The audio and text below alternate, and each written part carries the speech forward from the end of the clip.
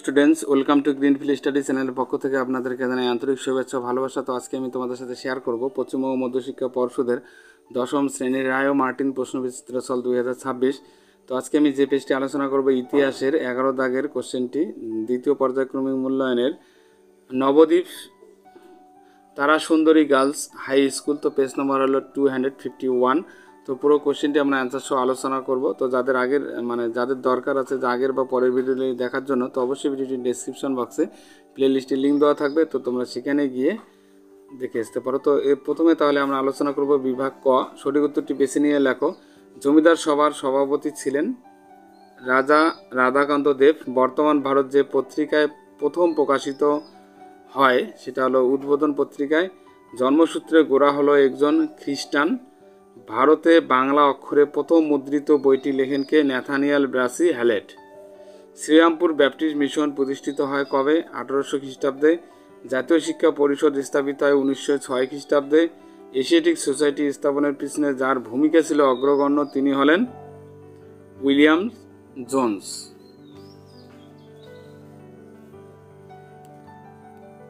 অযোধ্যা খ্রিস্টান সভা প্রতিষ্ঠা করেন জওহরলাল নেহরু। মোপলা বিদ্রোহ হয়েছিল মালাবার অঞ্চলে। সারা ভারত খ্রিস্টান কংগ্রেস প্রথম সভাপতিত্ব হলেন এখানে স্বামী সহজানন্দ সরস্বতী।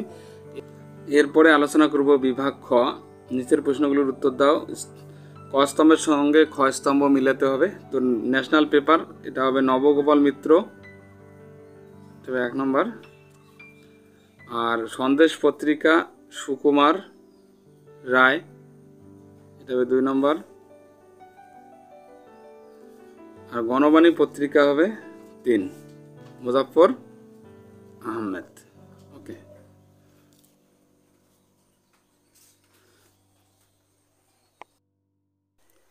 এরপরে আমরা বিভাগ গ, ঘ, এগুলি আমরা পিডিএফ আকারে এখন আলোচনা করব। এরপরে আলোচনা করব বিভাগ গ। 2টি অথবা 3টি বাক্যে উত্তর দাও। 3-এর 1 নম্বর কোশ্চেনটি দেখো। গগেন্দ্রনাথ ঠাকুরের ছবিগুলির বিষয়বস্তু কী ছিল? গগেন্দ্রনাথ ঠাকুরের চিত্রকলায় ভারতীয় সমাজের নানা অসঙ্গতি ও কুসংস্কারকে ব্যঙ্গাত্মক ভঙ্গিতে উপস্থাপন করা হয়। তিনি আধুনিকতা ও ভারতীয় ঐতিহ্যের সংমিশ্রণ ঘটিয়ে সামাজিক ও রাজনৈতিক চেতনা জাগ্রত করার চেষ্টা করেন। তার ছবিতে ব্রিটিশ শাসনের সমালোচনাও প্রকাশ পায়। এরপরে 3-2 চার্লস উইলকিন বিখ্যাত কেন? চার্লস উইলকিন প্রথম ইংরেজ ব্যক্তি যিনি সংস্কৃত ভাষা থেকে ভগবদ গীতাকে ইংরেজিতে অনুবাদ করেন, যা ভারতীয় দর্শন ও সংস্কৃতিকে পশ্চিমে পরিচিতি করে তোলে। তিনি বাংলা হরফ নির্মাণ এবং মুদ্রণ প্রযুক্তির উন্নয়নে গুরুত্বপূর্ণ অবদান রাখেন। এছাড়াও তিনি এশিয়াটিক সোসাইটির প্রতিষ্ঠাতাদের একজন ছিলেন। 3 মধুসূদন গুপ্ত বিখ্যাত কেন? মধুসূদন গুপ্ত ছিলেন ভারতীয় উপমহাদেশের প্রথম চিকিৎসক যিনি 1836 সালে কলকাতা মেডিকেল কলেজে মানবদেহ শিরচ্ছেদ করেন। সেই সময় সমাজে দেহচর্চা নিষিদ্ধ ছিল, তবুও তিনি সাহসিকতার সঙ্গে এই কাজটি সম্পন্ন করেন। চিকিৎসা বিজ্ঞানে নতুন যুগের সূচনা করেন। তার এই অবদান আধুনিক চিকিৎসা শাস্ত্রের ইতিহাসে স্মরণীয় হয়ে আছে। 3-4 মাদারিপাশি স্মরণীয় কেন? মাদারিপাশি ছিলেন একা আন্দোলনের একজন গুরুত্বপূর্ণ নেতা, যিনি জমিদারি প্রথা ও ব্রিটিশ শাসনের বিরুদ্ধে সংগ্রাম করেছিলেন। তিনি পিছিয়ে পড়া পার্সি জনগোষ্ঠীকে ঐক্যবদ্ধ করে কৃষকদের অধিকারের জন্য আন্দোলন পরিচালনা করেন। তার সাহস ও নেতৃত্ব তাকে স্মরণীয় করে রেখেছে। 3-5 মোপলারা কেন বিদ্রোহ করেছিল? মালাবার অঞ্চলের মোপলা মুসলিম কৃষকরা 1921 সালে জমিদারদের অত্যাচার এবং ব্রিটিশ শাসনের বিরুদ্ধে বিদ্রোহ করে। তারা খিলাফত ও অসহযোগ আন্দোলনের আদর্শে অনুপ্রাণিত হয়েছিল এবং কৃষক শ্রমিক শোষণের বিরুদ্ধে রুখে দাঁড়ায়। এই বিদ্রোহ ছিল এক জাতীয়তাবাদী ও ধর্মীয় আবেগে উদ্দীপ্ত কৃষক অভ্যুত্থান। এরপরে আলোচনা করব বিভাগ ঘ। 7 বা 8টি বাক্যে নিম্নলিখিত প্রশ্নগুলোর উত্তর দাও, যে কোনো 2টি। হিন্দু মেলার উদ্দেশ্য ও গুরুত্ব বর্ণনা করো। উদ্দেশ্যগুলি এখন আলোচনা করব। দেশপ্রেম ও জাতীয়তাবোধ জাগ্রত করা। 2 নম্বর, ভারতীয় শিল্প, সাহিত্য, সঙ্গীত ও ক্রীড়া চর্চার মাধ্যমে স্বদেশী চেতনা গড়ে তোলা। 3 নম্বর, ব্রিটিশ শাসনের বিরুদ্ধে চিন্তা তৈরি করা এবং জাতিগত আত্মপরিচয় গড়ে তোলা।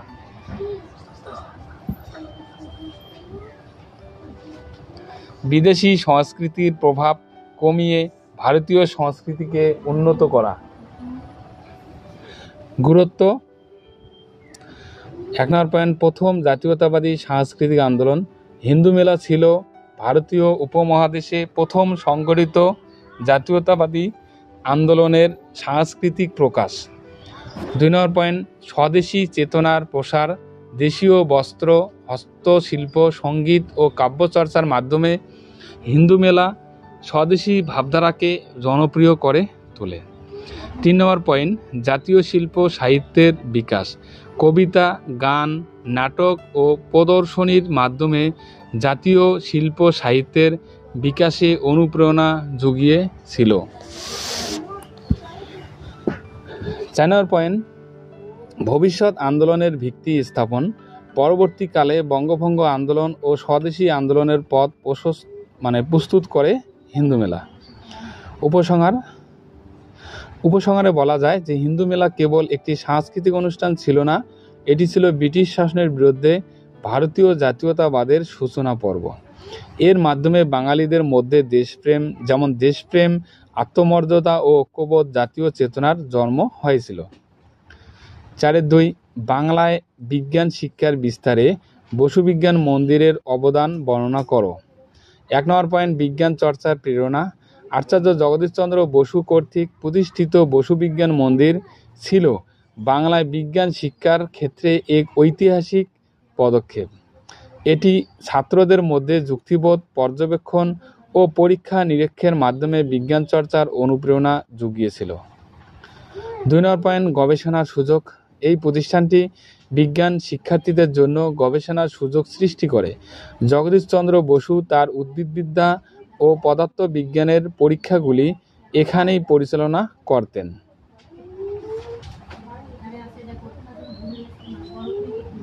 3 নম্বর পয়েন্ট, দেশীয় প্রতিভা বিকাশ। বসু বিজ্ঞান মন্দির ভারতীয় বিজ্ঞানীদের জন্য একটি আদর্শ মঞ্চ হিসাবে কাজ করত। এতে করে বিদেশমুখিতা কমে গিয়ে দেশীয় প্রতিভা বিকশিত হবার সুযোগ পায়। 4 নম্বর পয়েন্ট, বিজ্ঞান চর্চার বাংলার অগ্রগতি। এই প্রতিষ্ঠান বাংলায় বিজ্ঞান শিক্ষার মনোন্নয়ন ঘটায় এবং বিজ্ঞানকে সাধারণ মানুষের নিকট গ্রহণযোগ্য করে তোলে। 5 নম্বর পয়েন্ট, নারী শিক্ষায় অবদান। বসু বিজ্ঞান মন্দিরে নারী শিক্ষার্থীদের বিজ্ঞান শিক্ষায় অংশগ্রহণের সুযোগ থাকায় বাংলায় নারী বিজ্ঞান শিক্ষার পথ সুগম হয়। উপসংহার। তো বসু বিজ্ঞান মন্দির বাংলায় আধুনিক বিজ্ঞান শিক্ষার বিস্তারে অগ্রগণী ভূমিকা পালন করেছিল। এটি ছিল একটি জাতীয়তাবোধে উদ্বুদ্ধ, যুক্তিনিষ্ঠ ও দেশীয় শিক্ষা প্রতিষ্ঠান যা ভবিষ্যতের বিজ্ঞানী গড়ার ভিত গড়ে দিয়েছিল। এরপরে আলোচনা করব 4.3, ভারত ছাড়ো আন্দোলন পর্বে কৃষক আন্দোলন বর্ণনা দাও। ভূমিকা। 1942 সালে ভারত ছাড়ো আন্দোলন ছিল ব্রিটিশ বিরোধী গণ আন্দোলনের এক গুরুত্বপূর্ণ অধ্যায়। এই আন্দোলন পর্বে কৃষকরাও সক্রিয়ভাবে অংশগ্রহণ করে এবং ব্রিটিশ শাসনের বিরুদ্ধে শক্তিশালী প্রতিবাদ গড়ে তোলে। কৃষক আন্দোলনের বৈশিষ্ট্য। 1 নম্বর পয়েন্ট, ব্রিটিশ শাসনের বিরুদ্ধে ক্ষোভ। কৃষকরা জমিদারদের শোষণ ও ব্রিটিশ সরকারের ভূমি রাজস্ব নীতির বিরুদ্ধে ক্ষুব্ধ ছিল। তারা ভারত ছাড়ো আন্দোলনের ডাককে স্বাগত জানিয়ে সক্রিয় অংশ নেয়। 2 নম্বর পয়েন্ট, উত্তরপ্রদেশ, বিহার ও বাংলায় কৃষক বিদ্রোহ। তো এই আন্দোলনের সময় উত্তরপ্রদেশ, বিহার, মহারাষ্ট্র, বাংলার বহু গ্রামীণ অঞ্চলে কৃষকরা থানা, আদালত, ডাকঘর ও রেল স্টেশন আক্রমণ করে। 3 নম্বর পয়েন্ট, সরকার চালাও আন্দোলন। বিহারের আজিমগঞ্জ, তরিয়ানি, মধ্যপ্রদেশের সাতারা অঞ্চল কৃষকরা সরকার চালাও আন্দোলন গড়ে তোলে।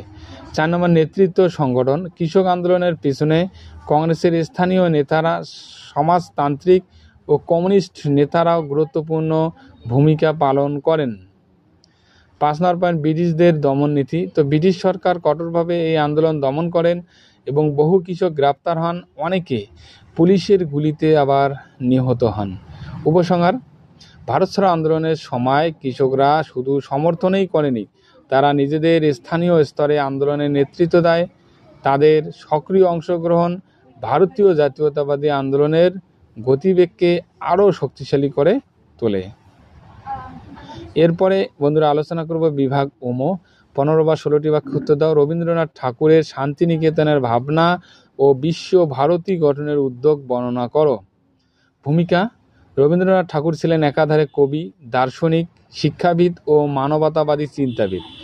তিনি শিক্ষাকে কেবল পাঠ্য বইয়ের মধ্যেই সীমাবদ্ধ না রেখে তাকে মানুষের সার্বিক বিকাশের উপায় হিসাবে দেখতেন। প্রথাগত ব্রিটিশ শিক্ষা ব্যবস্থার সংকীর্ণতা ও যান্ত্রিকতা তার মনে গভীর প্রশ্ন জাগায়। এই চিন্তা থেকেই তার শান্তিনিকেতন ভাবনার জন্ম এবং পরবর্তীতে বিশ্বভারতী প্রতিষ্ঠার উদ্যোগ নেওয়া হয়। তো 1 নম্বর পয়েন্ট আলোচনা করব আমরা শান্তিনিকেতনের ভাবনা। তো রবীন্দ্রনাথ বিশ্বাস করতেন যে প্রকৃতির মাঝে মুক্ত পরিবেশে শিক্ষা গ্রহণ করলে শিশুর শরীর ও মনের স্বাভাবিক বিকাশ ঘটে। এই ভাবনার ভিত্তিতে 1901 সালে তিনি শান্তিনিকেতনে একটি বিদ্যালয় স্থাপন করেন, যার নাম দেন ব্রহ্মচর্যাশ্রম। পরে এই বিদ্যালয়ের নাম হয় পাঠ ভবন। শান্তিনিকেতনের শিক্ষা আদর্শ কী ছিল?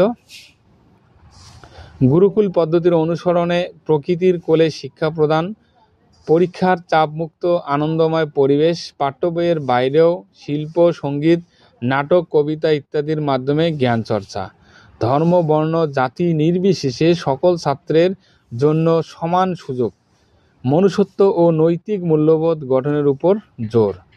2 নম্বর পয়েন্ট বিশ্বভারতী গঠনের উদ্যোগ। তো রবীন্দ্রনাথ কেবল জাতীয় নয়, আন্তর্জাতিক দৃষ্টিভঙ্গি নিয়ে ভাবতেন। তিনি চেয়েছিলেন এমন একটি কেন্দ্র গড়ে তুলতে যেখানে ভারতীয় পাশ্চাত্য জ্ঞান চর্চার মিলন ঘটবে এবং বিশ্বের বিভিন্ন দেশের মানুষ একত্রে শিক্ষা ও সংস্কৃতি বিনিময় করতে পারবে। এই লক্ষ্য নিয়ে 1921 সালে বিশ্বভারতী বিশ্ববিদ্যালয় প্রতিষ্ঠা করেন। যাই হোক, এরপরে আমরা পয়েন্ট পড়ব বিশ্বভারতীর মূল উদ্দেশ্য, মূল লক্ষ্যটা কী ছিল আর কি। তো যত্র বিশ্বম ভবতে এক নিরম, অর্থাৎ যেখানে বিশ্বের সব জাতি ও সংস্কৃতি একত্রে মিলিত হবে। ভারতীয় সভ্যতা জ্ঞানের গভীরতাকে বিশ্বের সামনে তুলে ধরা, ভিন্ন ভাষা, ধর্ম, সংস্কৃতির শিক্ষার্থীদের মধ্যে সম্প্রীতি গড়ে তোলা, সাহিত্য, দর্শন, সঙ্গীত, চিত্রকলা, নাট্যকলা ও ভাষা শিক্ষা প্রদান। 3 নম্বর পয়েন্ট বিশ্বভারতীর বৈশিষ্ট্য। এটি ছিল একটি আন্তর্জাতিক বিশ্ববিদ্যালয়। চীন, জাপান, জার্মানি, ইংল্যান্ড সহ বহু দেশের ছাত্র শিক্ষক এখানে আসতেন। রবীন্দ্রনাথ নিজেই বহু দেশ সফর করে দান সংগ্রহ করে এই বিশ্ববিদ্যালয়ের তহবিল গড়ে তোলেন। এখানকার শিক্ষা আদর্শ ছিল পূর্ণ স্বাধীনতার ভিত্তিতে চিন্তা চর্চা ও গবেষণা ও সৃজনশীল। সংস্কৃত ভাষা ও প্রাচীন ভারতীয় শিক্ষার উপরও বিশেষ গুরুত্ব দেওয়া হতো। উপসংহার: তো রবীন্দ্রনাথ ঠাকুরের শান্তিনিকেতন ও বিশ্বভারতী শুধুমাত্র দুটি শিক্ষা প্রতিষ্ঠানই নয়, বরং সেগুলি ছিল তার মুক্ত চিন্তা, মানবতাবাদ ও বিশ্ব ভ্রাতৃত্ববোধের প্রতিফলন। আজও এই প্রতিষ্ঠান দুটি তার শিক্ষা ভাবনার বাস্তব রূপ হিসাবে বিশ্বের কাছে সমাদৃত। বিশ্বভারতী ছিল তার এক ভারত ও এক বিশ্ব এর মিলনস্থল, যেখানে শিক্ষা, সংস্কৃতি ও মানবতা এক সুরে মিলিত হয়। তো বন্ধুরা, তাহলে আজকে এই পর্যন্ত। সবাই ভালো থাকবে, আর যারা চ্যানেলটিতে নতুন আছে অবশ্যই চ্যানেলটিকে সাবস্ক্রাইব করবে এবং বন্ধুদের মধ্যে শেয়ার করবে। আর যাদের আগের বা পরের ভিডিওগুলি দেখতে চাও যারা আর কি, তো এই ভিডিওটি ডেসক্রিপশন বক্সে একটা প্লেলিস্টের লিঙ্ক দেওয়া থাকবে। তো তোমরা সেখানে গিয়ে আগের বা পরের ভিডিওগুলি দেখে আসতে পারো, বা তোমাদের যেটা পছন্দ মতন সাবজেক্ট দরকার সেটাও দেখে। Thank you for watching my video.